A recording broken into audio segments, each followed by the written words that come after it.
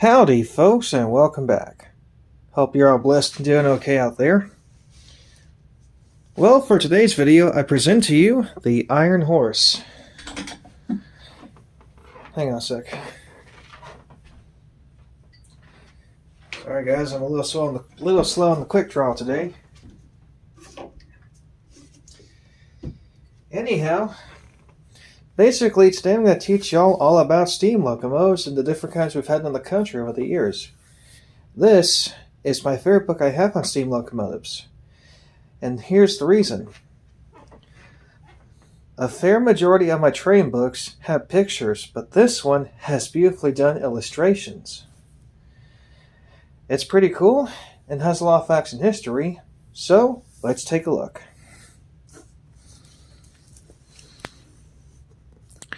And on the beginning, we have blueprints for a steam engine, and I believe this is a very unusual type. It looks to be a 462 or a 464. I can never tell, to be honest, guys, but if you know what it is, tell me in the comments.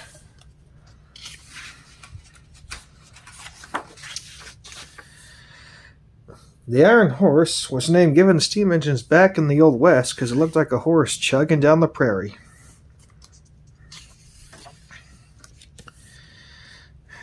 And we have a C&O 462 Pacific. Very nice.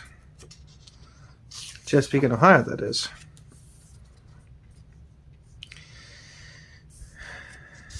There's the beginning there. Table of contents.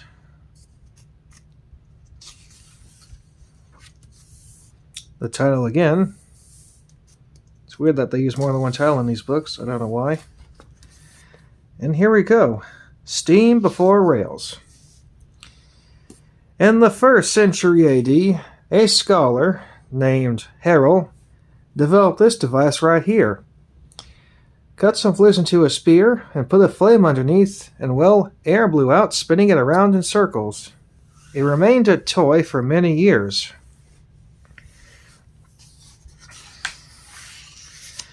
And then in the 1790s, steam was used as a source of power to be put to work. The first steam engines were used to pump water out of mine shafts. It wasn't until sometime later when someone said, "Hey, I bet if you put wheels on her, she might work." Let me rephrase that. Rewind. "Hey, I bet if you put it over, put wheels on it, it'll make it move," or something like that. And well, they did. These are some of the earliest steam vehicles right here. Simple machines, and still are by today's standards. Overseas heritage. Yes, the first trains did not start in America, but in fact in England. A man named Richard Trevithick, this guy right here, developed what will become known as the world's first steam locomotive, the Penny Darwin. Now, people speculate this is not how it looked originally, that these are taken from blueprints of a later type. But most think this is what the first steam locomotive may have looked like. And as you can see, it's small, but looks a lot different than the modern steam locomotives you may have seen in museums. It pulled people at the frightening speed of 5 miles an hour. It was a simple device and machine, but it got the job done nonetheless. Here's another early steam engine developed in England. I do believe this is Puffing Billy, but I could be wrong. The first successful railway in the world was to Stockton and Darlington.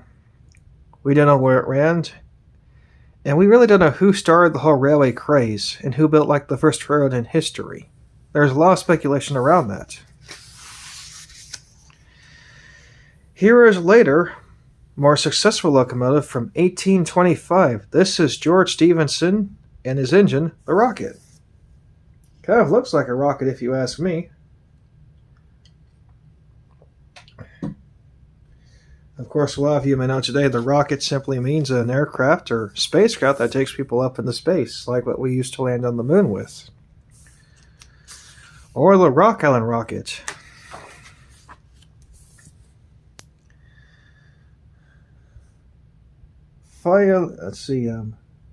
foiling the American filly. Well, being Americans, we kind of wanted in on the action, so trains were brought overseas from England for us to try out and see what happened. We got our first trains back in the 1830s. The steam evolution took off fast, like a rocket down the tracks. This is one of the early steam engines we had. I forget the name, but it's a very simple design with a vertical boiler. There's another one of our early designs. I do believe this is a Stourbridge Lion. Is it? It is. This engine was notorious for derailing because it was simply too big to run on rails. You can find its carcass today at the Smithsonian in Washington, D.C., or find a model from Lionel Trains. And one thing I noticed with model trains, the models work better than the real-life counterpart. So the model list did better than the real thing. So besides steam, some more ideas were thought of. One was to have a car powered by air, basically a sail-powered car. It worked if you happened to be going the same direction the wind was taking you. Another unusual idea was to have a horse run on a treadmill, but it scared the poor critter. Was not very successful or very practical. Probably the first, if not one of the first steam engines we had in America, was this, the Tom Thumb. No relation to the grocery store train, developed by Peter Cooper. The engine would take part in the Rainier trials against a horse. The engine lost. It blew a belt. But people saw the writing on the wall and knew that steam would be the new form of transportation and the horse would be put out to pasture. Too much originality, I'll say. So for a long time, steam engines like these had vertical boilers. It was a very unusual design by today's standards, but it was successful. These were simply tea kettles on wheels, and they kind of looked like tea kettles too. The first passenger cars were just simply stagecoaches with rail wheels on them. You could ride down there, but most people prefer to ride up top. Although it was practical, it was not very safe. Embers and ashes would get onto people's clothes, and the passengers would have to stop and put out each other's fires. It was not a very comfortable experience at the beginning. People were against it, as you can imagine. An unprofitable business. Indeed, it was at the beginning. With all the problems these trains were giving out, people wondered, is it really worth riding on this thing when I could ride a stagecoach without the horse knocking me over or catching on fire? Here are two early steam engines. I don't quite recognize the one on the top, but I do recognize this one. This is the best from the Charleston. It ran on a railway in South Carolina and was the first, publicly used passenger train in the country. It would also be the first to be involved in a major incident. You had to keep the safety valve down and maneuver it to let on and off pressure. Well, the fireman was getting tired of the noise of the hiss, so he put something heavy on the safety valve. All was quiet until the engine blew up, ending the fireman's career and the engine's career. Luckily, a replica has been built for operation. One of the later successful engines was this, the DeWitt Clinton. Although, like I said, riding up there was not comfortable. This was still new technology at the time and a bit of an evolution. Things were getting better, slowly. The rails were different back then too, as you can see, compared to now. There's another early steam engine right there. That one has a name, but again, I forget what it's called. I haven't looked at early railroading. I have not looked at early railroading in a long time, folks. Pride and Company engines. Also, take the time if you want to pause and read about this stuff in this book. Probably the most successful early steam engine we had was this, the John Bull. Well, kind of. The John Bull was sent overseas from England and put together by a man named Isaac Drips. He had no manual, but he put the contraption together, and it ran and derailed on a curve. European engines were built a bit differently, but somewhat similar to American designs. To solve that problem, they put extra wheels on the front and kept the train on the tracks. There's even a John Bull with a cab, if you can believe it or not. You can find the John Bull on display at the Smithsonian in Washington, D.C., and several replicas as well. And in the 1980s, they brought him back out for a celebration, making it currently the oldest operational steam locomotive in America. There are different designs for this device known as a smokestack. How does a steam engine work, you might be wondering? Water surrounds a firebox. Steam is forced through the piston rods from the fuel. Now let me phrase that.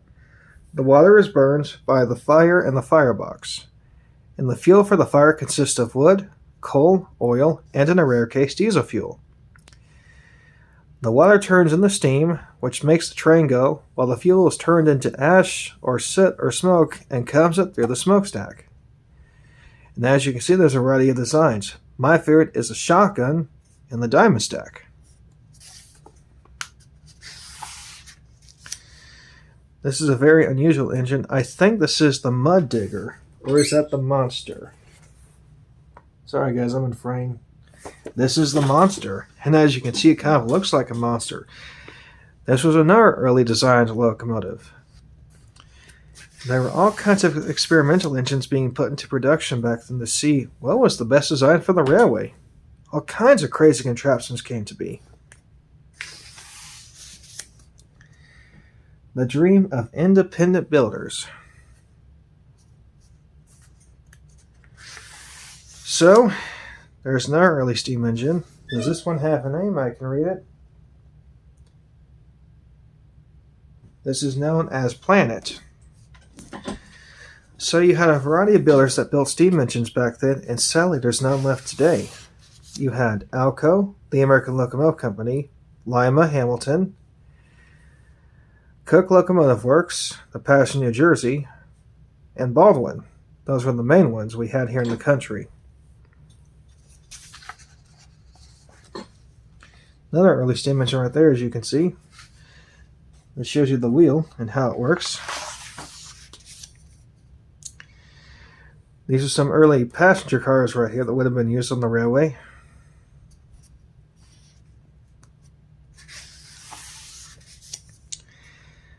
Philadelphia's transient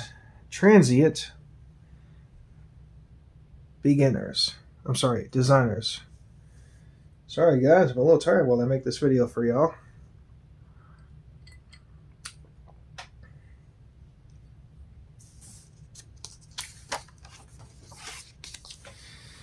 Philadelphia is one of the earliest birthplaces of the railways in America. Our first company was the Baltimore and Ohio. It's probably one of the first ones too we had.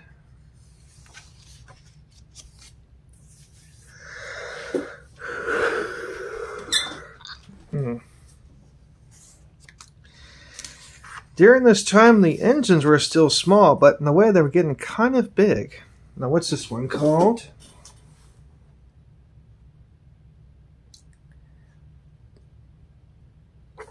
The Hercules. Not a bad name for an engine. That one was a bit crooked. Had to make a small adjustment there.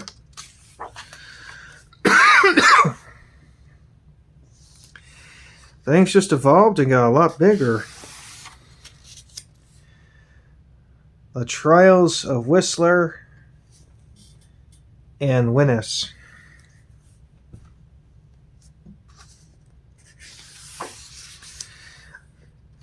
I'll be honest, guys, I know nothing about that.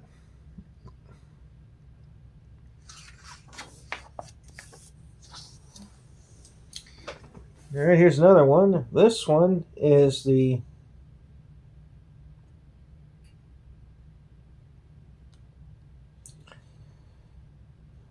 It doesn't appear to have a name. but it's very interesting looking. These were still small, but, well, like I said, they just get a bit bigger every time. Some were experimental engines that never really got off the ground. This one's a very interesting one right here. I don't know what they were thinking with that, but looks pretty cool nonetheless.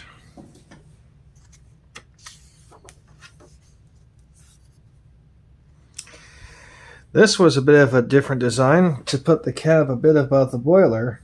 Sadly, it was not successful and didn't quite catch on, but they did try. This was just a bit higher up, as you can see. There's a scene you don't get very much anymore. All these steam trains all lined up. Back then, each engineer had their own engine to take care of. Unlike today, where you have your own train to take care of. Melodies cast and wrought in metal.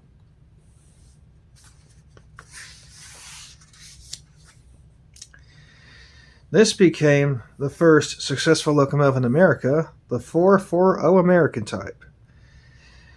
Now, one thing I forgot to mention is you judge a steam engine. You can tell a steam engine by the white notation wheel arrangement. So what does 440 mean? Well, you have 4 pilot wheels here, 4 driving wheels, and no trailing wheels back here. So you steam engine with the numbers, you know the difference. There was also quite a variety of headlamps to choose from. They called them headlamps, and they were powered by kerosene or oil. Today we call them headlights. That's another experimental locomotive. They thought by angling the steam cylinders it would make the train go faster. It didn't. Nice try though. Quite a variety of bells to choose from too. This is a very interesting engine. This is a 420. Only one set of driving wheels. Huh. You can find one of these, the C.P. Huntington, at the California State Railroad Museum in Sacramento. It took a lot of time and effort to build these engines and the parts for them. Probably the most unique sound you heard was the steam whistle. There were different kinds of whistles used for steam engines. Some low, some high, some multi-chime, some single chime. As Billy Two Feathers put it in Shining Time Station, each steam engine is a little bit different than the next one. They may look the same, but each one has something different and unique about it. And he's right. That goes for real-life counterparts, not models, unfortunately. Because the sounds are all the same from the sound files. These are some famous folks who helped build the railroads, I'm guessing. It's been a while since I read this book, you guys, I'll be honest with y'all. So I'm narrating the best I can.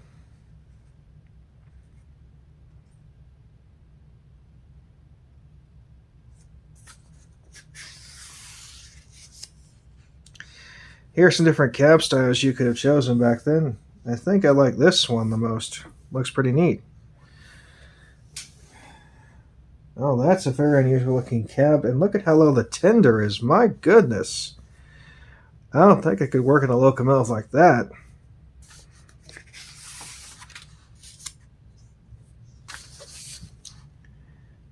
It's a bit of a shy looking engine right there. Now this is pretty cool. This shows you the inside of an American type, or steam engine in general, and how it works. So you kind of get the idea of what it takes to build these things. It's not really a 3D cutaway, but it's more like an exploded parts diagram you get with the model train when you buy one.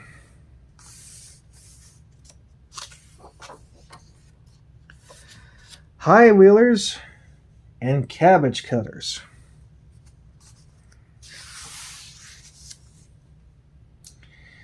We took some designs from Europe, like these right here. These are known, I think, as double furley types. You have a cab on either end, and the firebox in the middle.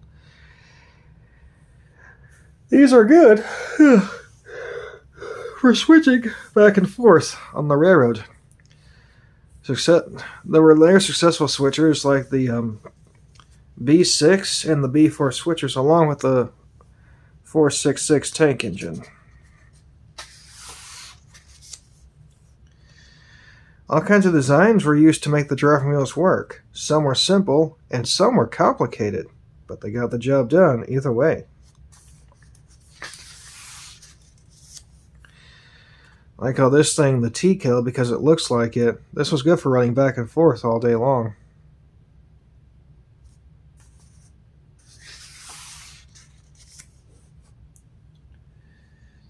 Different engines, different designs.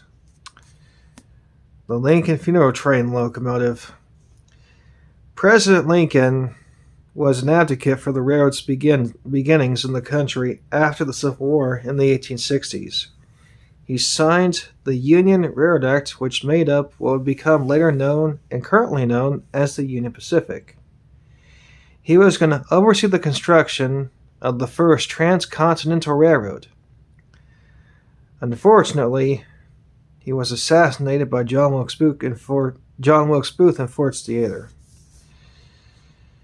He paid a price for what he did for our country, which is heartbreaking. After he left the world, he was loaded onto a train and taken back to Springfield, Illinois. To this day, it is the longest funeral in history. I recommend you look online to learn more about President Lincoln. In my opinion, we could sure use him today. He was a good president, along with Roosevelt, Washington, and Kennedy. And by Roosevelt, I mean Teddy Roosevelt. These are some pretty unusual designs right here. And again, nothing really caught on. I guess people were pretty particular back then. I just can't imagine what it'd be like if we had a fleet of these kinds of engines running around. Now, these look to be more of what you would expect to see, like this 280 consolidation at the top and this 210 decapod at the bottom. Lushan decapod.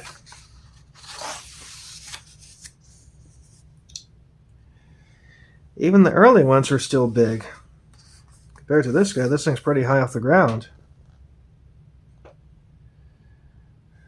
That looks like a Camelback, but it's not. I think that's a Jubilean type, a 444, but I could be wrong. Or Jubilation type, I forget, I'll have to look back and see. Now, this tells you more about the wheel arrangements from the white notation. You can take a moment to read about that if you want. Pretty interesting.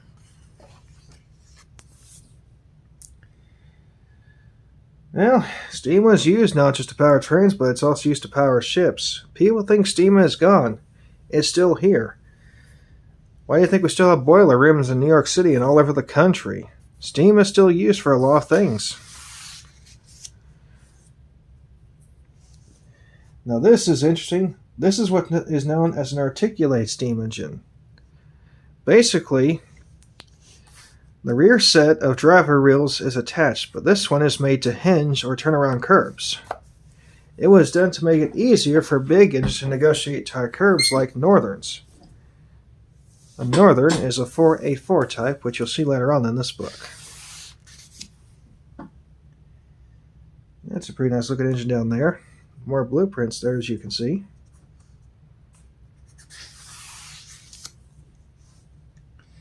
So here we have some interesting engines. We have the 999 Empire State Express, which was the first man-made vehicle to go past 100 miles an hour.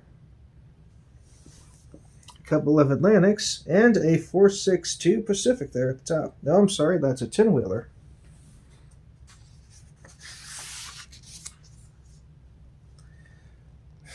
Never seen that before. Very interesting. I'm guessing when they were experimenting with engines like what we've seen, they were just trying to say, I did it, it worked, but it didn't catch on, or they were just trying to see who could build the best engine. Okay, there's a 210-2 Santa Fe type. And this is a cog locomotive right here, a very interesting engine to say the most. Now, what's a cog rally, you may be wondering? Well, if you look right here, that center wheel has a gear on it. There's teeth in the rails known as a cog rail, and the gear rides along it. Trains can climb steeper grades with these things compared to conventional locomotives.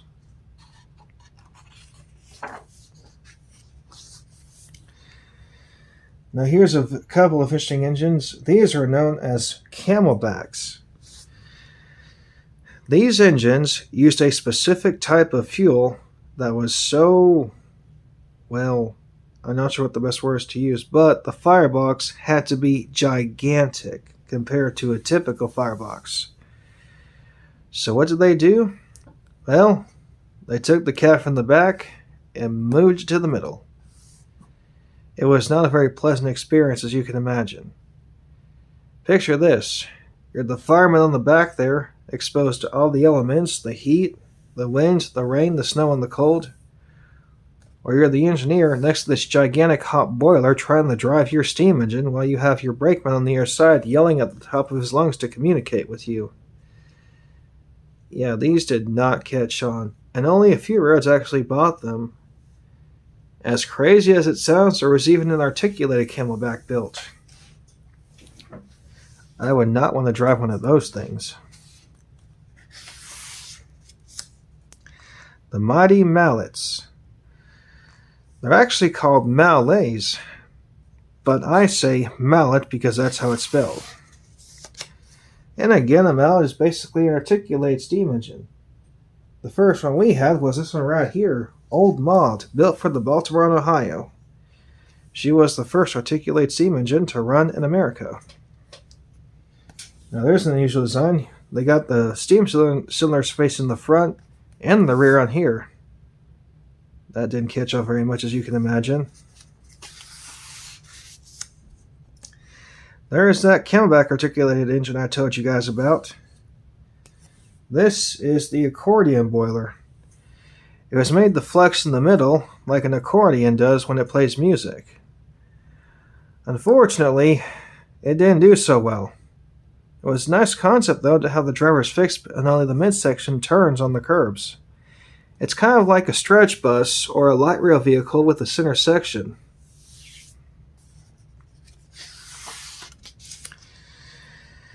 So, the best way to describe what I'm looking at here. These are unusual, unique, ridiculous, and have more wheels than any other steam engine ever built in terms of driving wheels. These are known as triplexes, and there are two versions here. At the top, we have the 28882 and the 28884 at the bottom. The idea was, and I still can't believe they tried this, the tender could be disconnected and used as another steam engine, while the steam engine could also work the train. What were they thinking with this? The tender is the steam engine's source of fuel. You have to have it to make the train go. You couldn't go fast with these things, and they were a nightmare. There were only 4 built, and they were all scrapped. As bad as it sounds, I wish one of these had been kept preserved. Although they did not work well in the real world, they look very unique nonetheless. Pretty cool.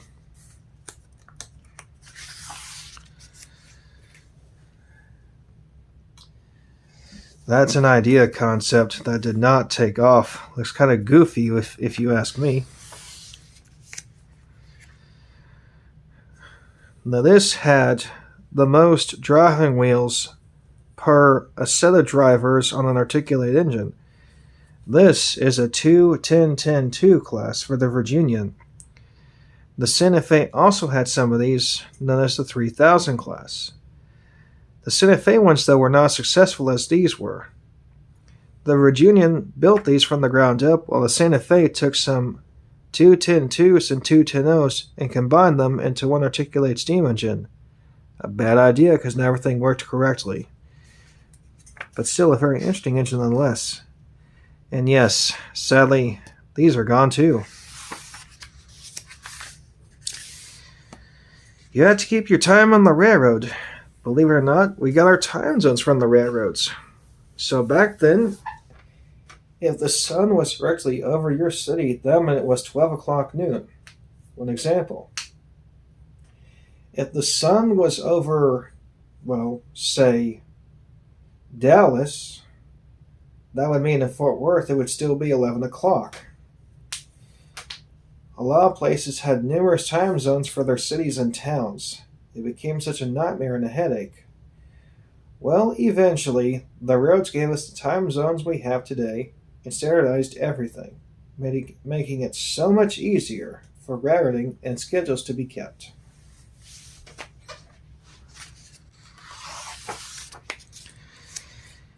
Years of glory. Well, the steam age did last for a long time, but sadly, nothing lasts forever.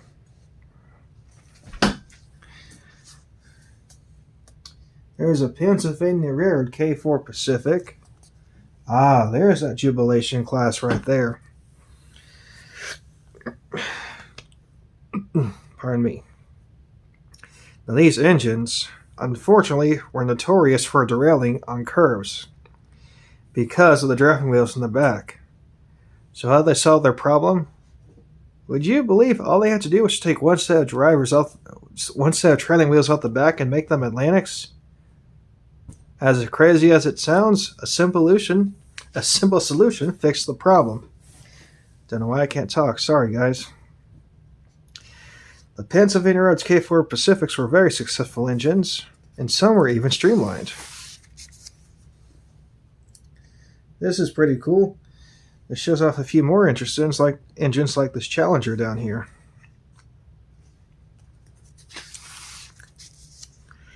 Okay, here we have some very unique engines. These are geared steam locomotives. We have what's called a Shay, a Heisler, and a Climax. What makes a Shay so unique is the fact the steam engine is driven from the side like this and not on the sides, both sides like a typical steam engine is with the piston rods and the driving wheels. They were only fixed on one side, which made it quite powerful. These were not very fast, but they got the job done. They could go up to 15 miles an hour. These did the same thing. Again, not very fast, but very powerful. Another very unique engine was this. This is what's called a Cat Ford that was built for the Southern Pacific. The main purpose was to haul freight through the Sierra Nevada mountains through the tunnels and the long snow sheds.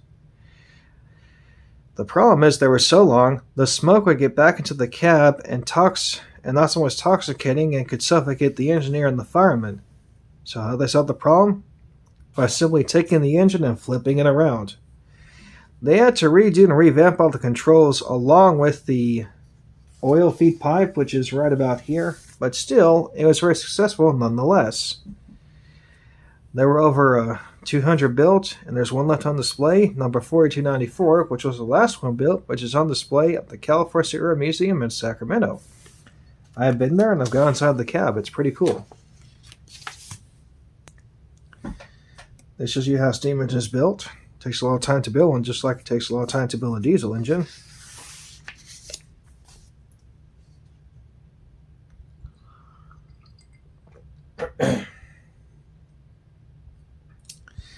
Okay, here we have another two engines. We have a 282 Mikado, or Mike, and a 284 Berkshire. Pretty cool. They just got bigger and bigger. These different types of driving rods that were used, and everything was fabricated by hand and still is to this day. You just can't make these with machines. It takes a lot of time and effort to get the measurements just right, as you can imagine.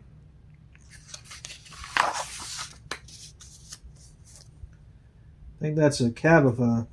Well, I can't quite tell what it is, but still pretty cool.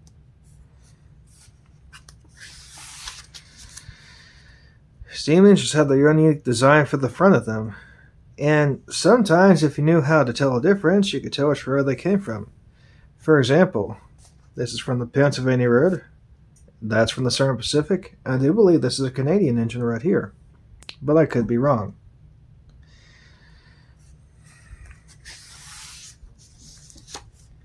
Here we have what's known as a 210-4 Texas type. These were very successful engines as well. And yes, the Pennsylvania Road even bought some for their services. So Texas went to the northeast of Pennsylvania in a small way. The closest ones to me, well, there's two I know of here in Texas. There's number 5000 in Amarillo, Texas from the Santa Fe, and number 610 in Palestine, owned by the Texas State Road from the Texas and Pacific Railway. To turn these engines around took a massive turntable like that. Crazy as you can imagine.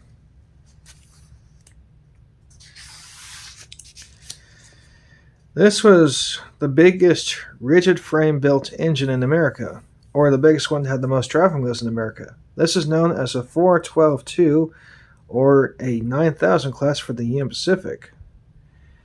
There's one preserved as well in a museum.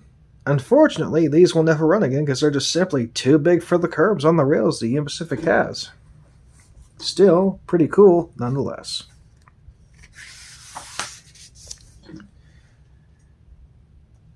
Here we have some unusual designs that are streamlined but also cool at the same time, it looks like.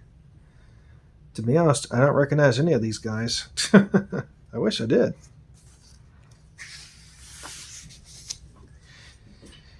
Here we have a New York Central Hudson, 3 of them actually. The Hudson became a very successful steam engine in America. You have down there the 20th Century Limited, an unstreamlined J3A Hudson, and the Commodore Vanderbilt Hudson. Joshua Lionel Cowan, the owner of the Lionel Train Company and founder of the Lionel Train Company, in 1937 developed this locomotive, him and his team did. It was the most realistic looking model train in the world at the time. The rivets on the tender were even to equal the ones let me rewind. The rivets on the tender were even supposed to equal the ones on the prototype. A modeler counted the rivets and found Lionel was 3 off. Lionel insisted on a recount. It turns out the modeler was right. But Lionel did not want to make a single change to his masterpiece, and I don't blame him.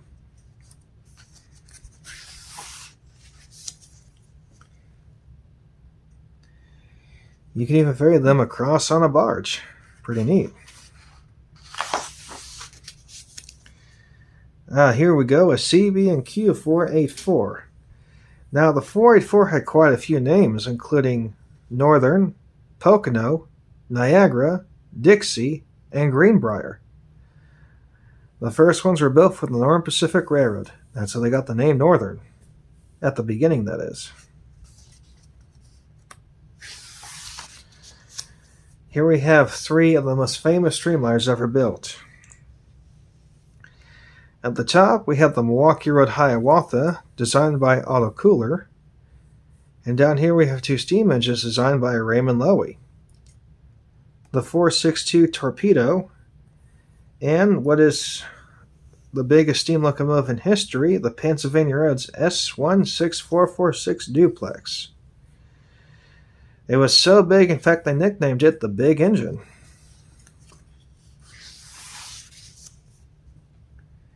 Here we have a 482. This one's from the Boston and Maine. The 482 had 2 names, Mountain Type and Mohawk Type. Pretty cool.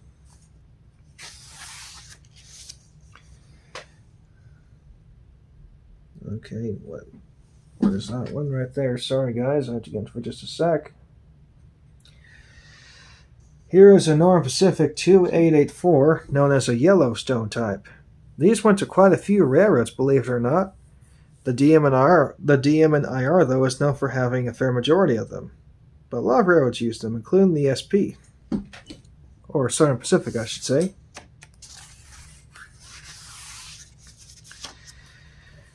Here is the Pennsylvania Roads S1 Duplex, which was the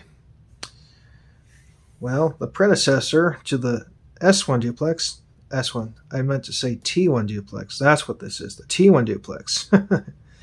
This is the as-delivered paint scheme, or design. There was soon a new tooling paint scheme, and that would come out much later. At the moment, they're trying to build a T1 from the ground up from the T1 Trust Fund. I highly recommend you all make a contribution to help this project out. Pretty cool nonetheless. And yes, this is how it was built. Quite a unique and unusual design, I must say.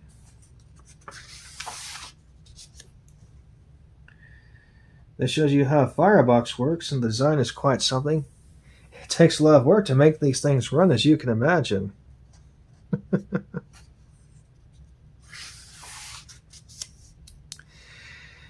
Here we have some articulated steam engines. We have at the top a Norfolk & Western 2664 Allegheny, a 2666 Allegheny from, what is this? Rio Grande. Oh, no, I'm sorry, that's a Challenger. The Rio Grande had Challengers along with the Union Pacific. At the bottom, we have a Chesapeake, Ohio 2666 Allegheny type. Sadly, only one of these survives, and that's Norfolk & Western 2664, number 1218.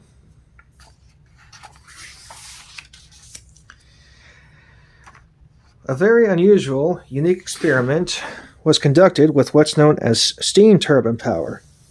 Now, what's a steam turbine? Well, it is combust. Blah. There I go again, considering, guys. Blame this dadgum autism I've got. Yes, I made a disabled joke about myself. I'm pretty crazy. What's this? Oh, the page's coming apart there. Shoot. Sorry, guys, I didn't notice that till just now. Well, you don't have to read, I can just tell you about this. This is what's known as a steam turbine, which basically means it's driven internally instead of externally. Believe it or not, this was developed by General Electric, the same company that builds light bulbs and appliances. Steam turbine technology didn't work very well, but was quite interesting at the time. And it looks kind of like a diesel, as y'all can see. Now this was the tender. This was used basically to carry the fuel for the steam engine. It would hold water, coal, wood, or oil. You had to stop and refill, though, quite often, and rewire the tender quite often. Did the job, though, nonetheless, and there are different designs, like the coal tender, centipede tender, and the Vanderbilt tender.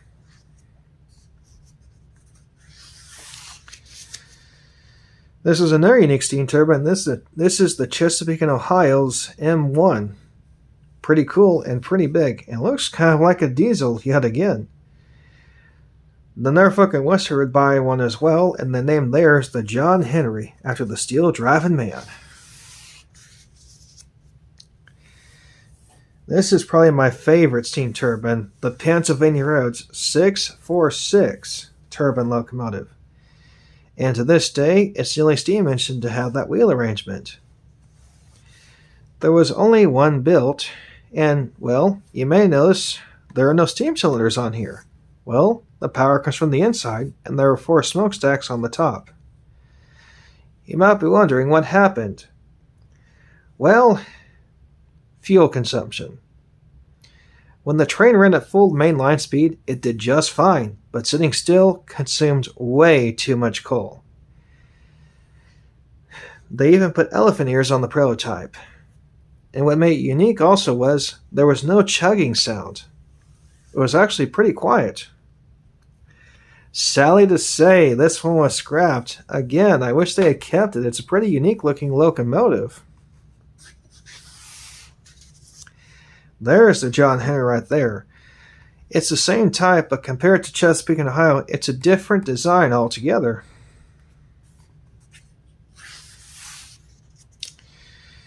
Here we have the glossary.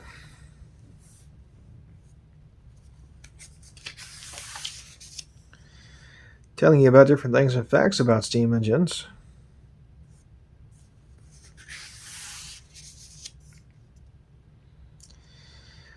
Now, if you want to know more about trains in general, you can always find stuff online, and there are other YouTubers who have done videos on these subjects as well, not just me. Shout out to all those who make awesome videos. As you may have noticed, I'm kind of, old schoolish, but I'm sharing my knowledge with you guys, and I encourage all of you to share your knowledge of trains too. We can learn something different from each other about this railway stuff. Don't be a horrific counter and complain about something that's off, or say, I know more than you, or be better than everybody else. No. Teach them. There are people out there who know more than me and who know less than me. Bibliography. I am more than happy to learn or share my knowledge of trains with people who are interested. Index.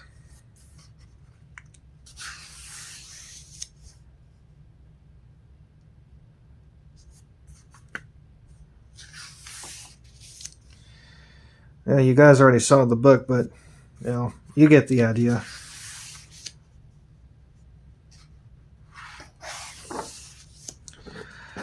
And on the back two pages, we have the Union Pacific's Big Boy. I won't go into the whole history of it now. That'll be coming later on the channel as well. But in a nutshell, this is one of the biggest steam locomotives built. It's the world's largest operating steam locomotive today, number 4014, which is one of 8 survive out of the 25 that were built, which roams the rails. Built by Alco, we're going to be called Wasatch types, but a man took a piece of white chuck and wrote Big Boy on the front of the steam engine instead, and the name stuck, and Big Boy has a nicer ring to it. There were only 3 turntables built for these behemoths. They were made to haul freight through the Wasatch Mountains, weighed 1.2 million pounds. Tractive effort was pretty powerful at about 7,000 horsepower. And they have a unique history all themselves, which you'll hear about later on my channel. About the tripod. Sorry, guys. Anyway, there you have it. A very interesting book nonetheless. Alright guys, I really hope you enjoyed the video. Until next time, make sure you like, share, subscribe, and comment. Please be safe around trains. And remember, Jesus is King. Until next time, happy rails guys, and God bless.